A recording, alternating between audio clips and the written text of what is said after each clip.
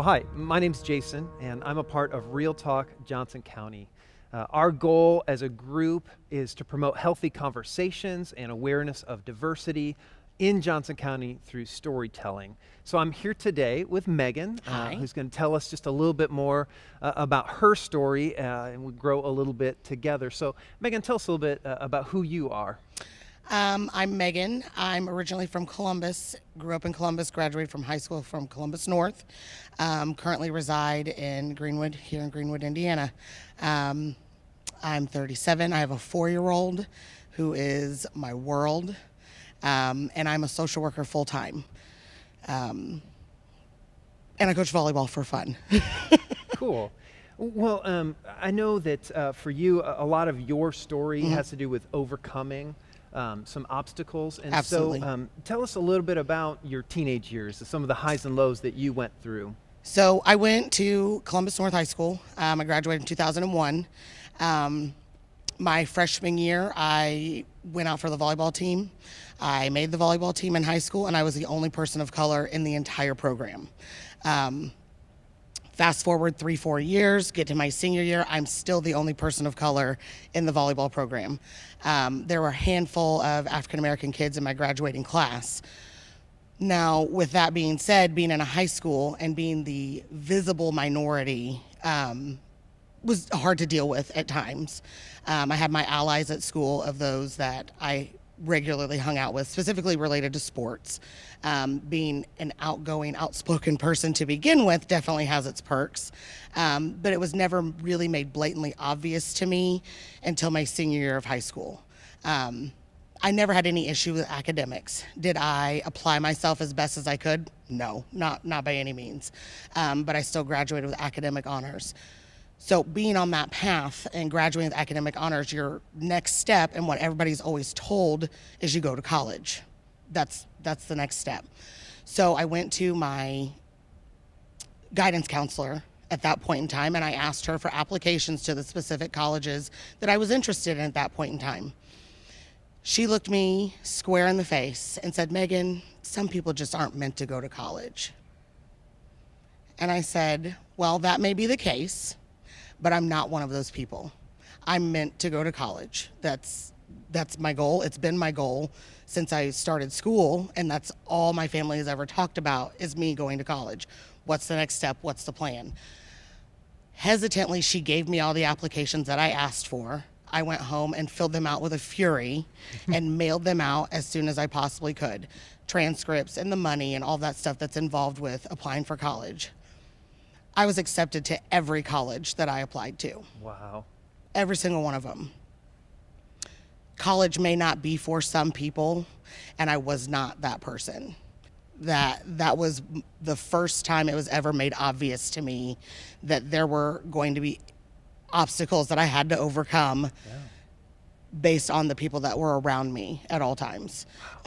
So focusing on that, went to college, and I graduated from college 4 years later, right on time like you were supposed to, and finished. And I have my bachelor's degree now in family consumer science with specialization in families and children, and I've been a social worker full-time since 2006. Wow, that's incredible. How do you feel like, that experience kind of helped to make you who you are today? So in my life experience, I feel like people have never really had expectations for me. So it's been a blessing and a curse to not have expectations. Nobody has expected me to do, to finish high school, to graduate from college, to get a good job, there's not really been the expectation there. So my expectation for myself is to break all of those non-expectations and do the things that people don't expect me to do. To be successful in my career, to be somebody who is looked at for resources or as a spot for somebody to come talk to, that's been my ultimate goal with anything, is to not fulfill a stereotype and to be the person who I feel like I was made to be, and to continue to do that every day. That's been my goal from day one. Were there times along the way where things have felt hopeless, while you're trying to break through barriers and overcome? Absolutely. So high school wasn't the beginning, and won't be the end. While I was at Ball State, I was granted a scholarship to attend Ball State to increase the African American population on campus. I took full advantage of that scholarship. That was my decision making for me to go to Ball State. Part of that scholarship was me being gifted a student already on campus to be my mentor while on campus, to show me around, to introduce me to sororities, campus involvement, those kinds of things. Prior to classes starting, I received an email that said, you're to meet your mentor at this day, at this time, at this place. Great. I show up, and she looked at me and she said, I'm not doing it.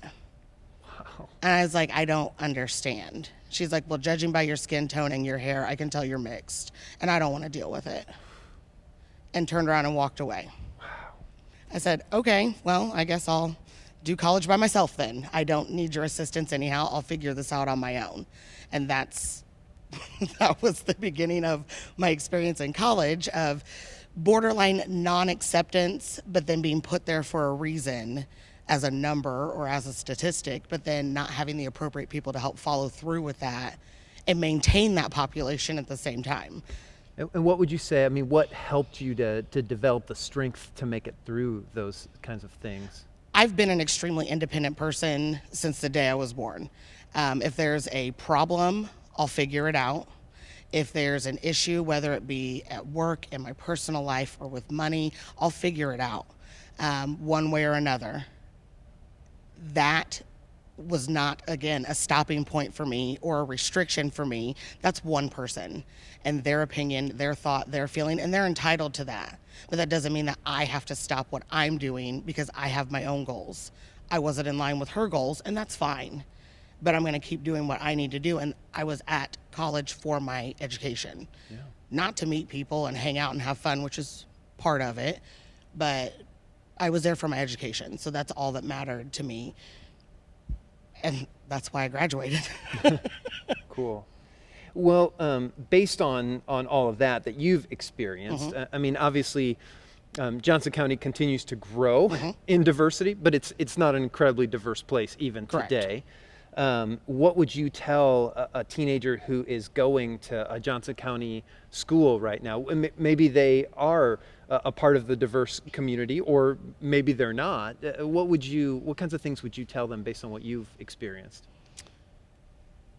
For any kid who is at that point in time in their life where it may seem bleak or hope is not there, or you just don't know what to do next, you've got to, one, rely on yourself, because you're always going to be there. You have to have faith in something.